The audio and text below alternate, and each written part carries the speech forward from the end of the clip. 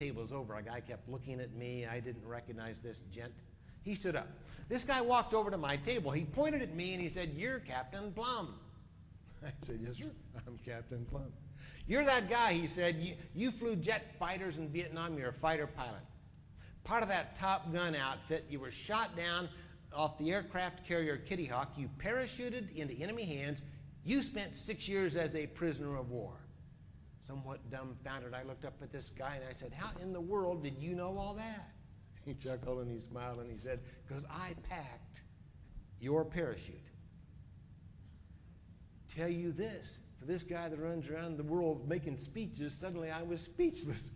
The best I could do was stagger to my feet, reach out a very grateful hand of thanks. He came up with just the proper words. The guy grabbed my hand, he pumped my arm, and he said, "I guess it worked."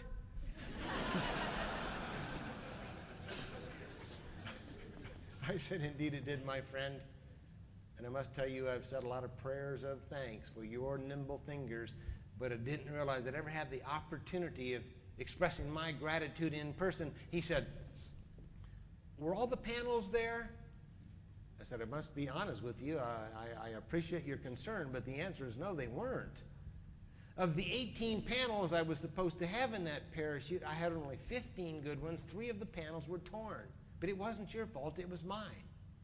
I ejected from that F-4 Phantom jet at 600 knots close to the ground. I was well outside the envelope of that parachute. You did your job, I didn't do mine." I said, but let me ask you a question. Do you keep track of all the parachutes you pack? Do you know of all the lives you've saved? Guy said, "No." Now, this is the most important part of the conversation that night. Maybe the most important thing I say this morning. I think it deals directly with why we're here.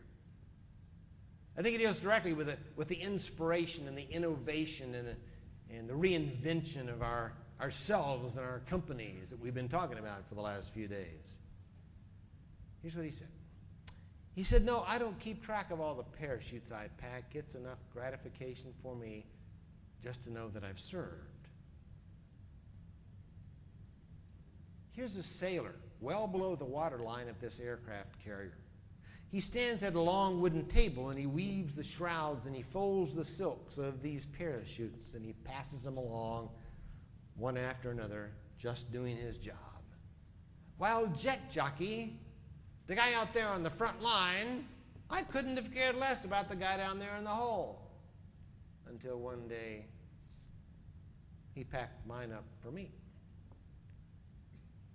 Do you see the metaphor I'm trying to draw here? I think in order to get our front-line people to focus, in order for them to carry out these policies, in fact, and we have all the technology and we have all of the training programs, and we have to be the parachute packers. You and I have to serve the front-line fighter. So the question becomes, how's your parachute packing coming along? Who is it that looks to you for that kind of strength? And just as importantly, how's your parachute packed? Do you have what it takes to meet the challenges of the future?